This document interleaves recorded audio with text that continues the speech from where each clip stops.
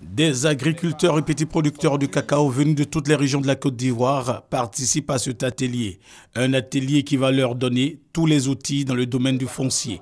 Les terres agricoles doivent être préservées pour assurer la sécurité alimentaire.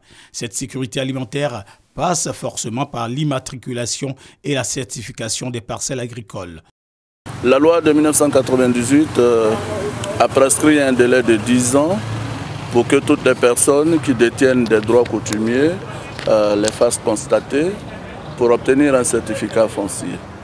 Alors si au terme de ce délai de 10 ans, les droits coutumiers n'ont pas été constatés, ce qui est prévu, c'est que ces terres-là retombent dans l'escarcelle de l'État. Gouvernants locaux, peuples autochtones, sociétés civiles et personnes chargées d'évaluer la gouvernance foncière seront les relais dans leurs différentes localités. Le président a fait en sorte que la loi que nous allons de voter puisse donner encore beaucoup d'accent sur les problèmes des terres. Nous, c'est d'expliquer aux parents que voilà désormais la loi à suivre pour que nous soyons en paix.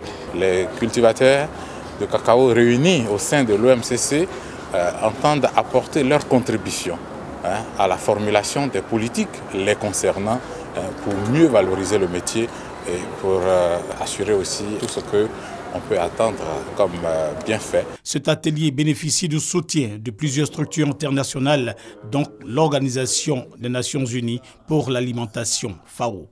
Les 31 régions de la Côte d'Ivoire sont représentées.